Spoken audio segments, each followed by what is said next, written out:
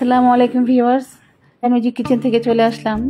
Family kitchen থেকে আজকে আসলে আমি আসিনি, আমি গ্রামের বাড়িতে বেড়াতে এসেছি। সেখানে আমার ভাসুর একটা বিশাল বড় কাতল মাছ নিয়ে আসছে। সেটা আমার ভাসুরের মেয়ে, ও কত ছোট একটা মেয়ে, মাশাআল্লাহ মাছটা কত সুন্দর করে কেটে ফেলছে এবং সেটা আমি বসে বসে ভিডিও করছিলাম।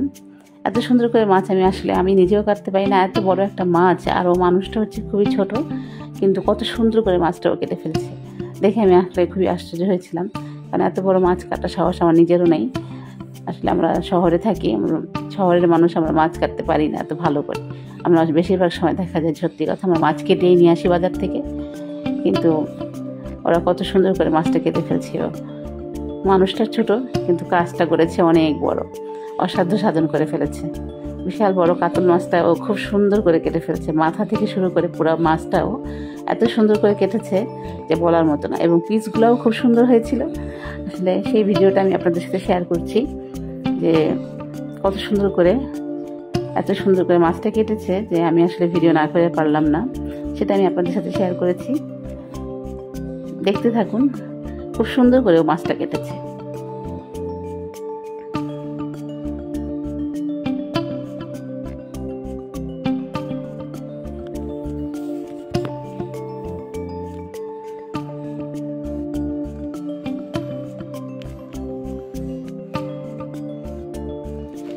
বাড়িতে আমরা সবাই বেড়াতে এসেছি ঈদের পরের দিন।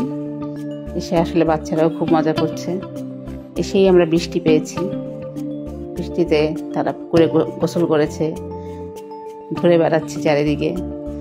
আসলে প্রাকৃতিক পরিবেশটা এত সুন্দর যে গ্রামে আসলেই মনটা অনেক ভালো হয়ে যায়, এমনিতেই ভালো হয়ে যায়।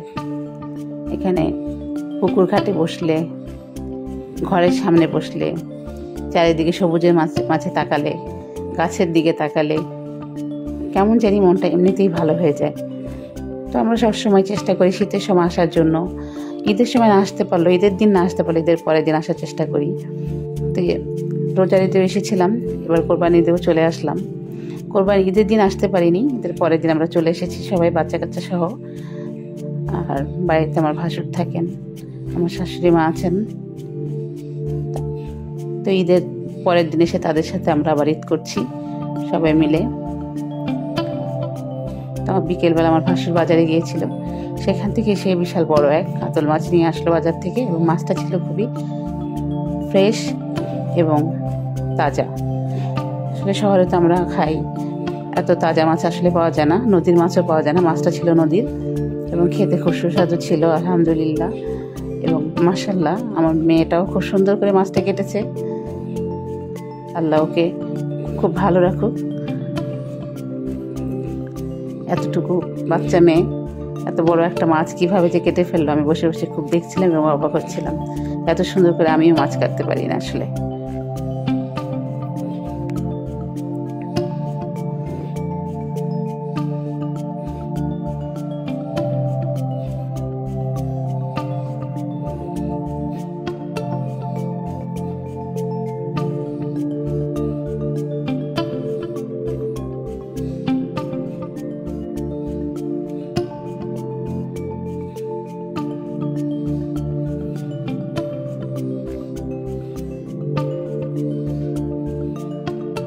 আমার ভাসুরের মেয়ে, যে কয়েকটা মেয়ে আছে সবগুলোই খুব গুণী, ওরা খুব কাজ করতে পারে, সব কাজ এত সুন্দর করে করে যে ওদের কোনো কাজে কোনো না নাই। এবং প্রত্যেকটা কাজ ওরা খুব সুন্দর করে করতে পারে, সব কাজই ওরা করতে পারে। এবং ওরা খুবই ভালো মনের মানুষ। আমাকে খুবই ভালোবাসে, বাড়িতে আসলে আমার কি লাগবে না লাগবে খুবই কেয়ার করে। এছাড়া এমনিতেও ওরা খুব ভালো।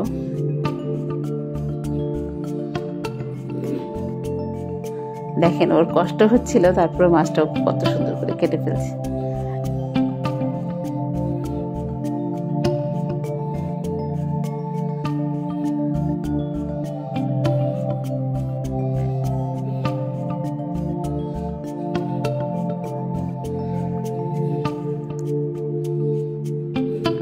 দেখিয়ে দেওয়া হচ্ছে কিভাবে মাছের পিসটা করা হবে, এবং সেইভাবেই ও পিসগুলো করে দিচ্ছে সুন্দর মতো করে।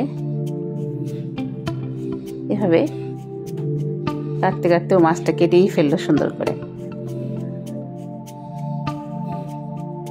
আমার যা এসেছিল বলছিল যে দাও আমি কাটি, বললো না আমিই কাটবো মাছটা। কি আর করা, তারপরে ওই কাটলো মাছটা এবং সুন্দরভাবে গুছিয়েই কেটেছিল মাছটা। তো দেখতে থাকুন আপনারা কিভাবে কাতল মাছ কাটতে হয় এত সুন্দর করে। এত সুন্দর একটা বাচ্চা মেয়ে কত সুন্দর করে মাছটা কেটে ফেললো। আপনারা ভালো থাকবেন, সুস্থ থাকবেন।